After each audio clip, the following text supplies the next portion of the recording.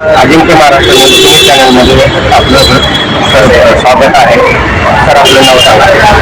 मी सुदाम विठ्ठल सिंगे, हे education foundation महाराष्ट्राचं अध्यक्ष.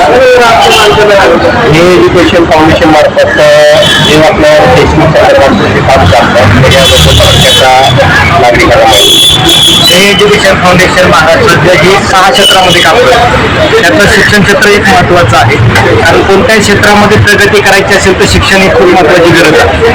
त्यामुळं शिक्षण क्षेत्रामध्ये मोठं उल्लेखनीय काम आहे. त्याबरोबर महिला सक्षमीकरण, आर्थिक सक्षमीकरण, त्याबरोबर व्यसनमुक्ती महाराष्ट्र, नैतिक मूल्य, जी काही गुन्हेगारी होती ती घडू नये त्यामुळे नैतिक मूल्य शिक्षणाचाही आपण त्या ठिकाणी सहभाग घेतलेला आहे.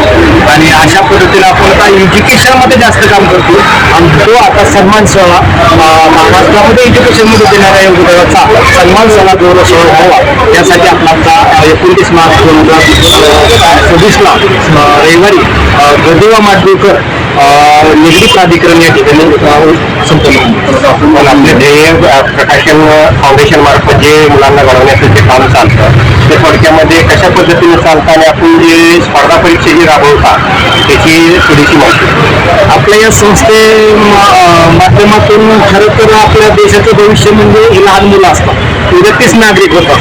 जर त्यांना त्या वयात जर बाळकोड व्यवस्थित दिले तर त्या वयात त्यांनी बाळसे पकडलं तर देशाचा विकास व्हायला वेळ लागणार नाही. म्हणून वयाच्या 6 वर्षापासून 16 वर्षाच्या मुलांना चांगली दिशा मिळण्यासाठी चांगलं शिक्षण दिलं जातं, त्यांना प्रेरणा मिळण्यासाठी मोटिवेशनल स्पीच दिलं जातं. त्यांच्या शिक्षणाची समृद्धी त्यामध्ये निर्माण होण्यासाठी त्यांना त्या पद्धतीचं ऑनलाईन क्लास, ऑनलाईन टेस्ट, उद्बोधन वर्ग, स्पेशल क्लास विविध उपक्रमातून त्यांना समृद्ध करण्याचं काम हे ध्येय एज्युकेशन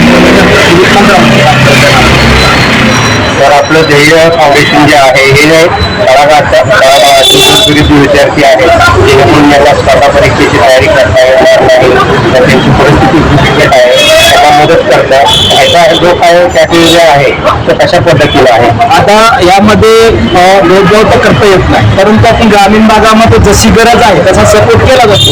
परंतु जर मोठं शिक्षण घ्यायचं असेल तर आर्थिकता पण खूप महत्वाची आहे. ज्या मुलांनी उंचावर आधी घेण्यासाठी त्यांना आपण एक वेगवेगळी 1 लाखापासून ते 3,000 पर्यंत वेगवेगळी शिष्यवृत्ती त्यामधून आपण त्या कार्यक्रमाच्या चेकद्वारे त्यांना बेसुद्धा आपण देत असतो.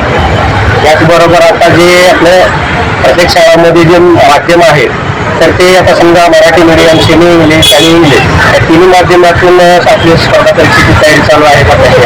आता पहिल्यांदा आम्ही मराठी माध्यमासाठीच काम केलेलं आहे, परंतु आज मराठी माध्यमामध्ये पण सेमी इंग्रजी चालू केलेली आहे. बऱ्याच नगर महानगरपालिकेमध्ये पण इंग्रजी माध्यम चालू आहे आणि आंतरराष्ट्रीय पातळीवर जर आपला महाराष्ट्र स्वर्ण अक्षरांवर म्हटलं तर आपल्याला सर्व भाषांचं ज्ञान असावं लागतं. म्हणून आज मराठी, हिंदी आणि इंग्रजी तिन्ही माध्यमातून आपण हे काम चालू केलेलं आहे.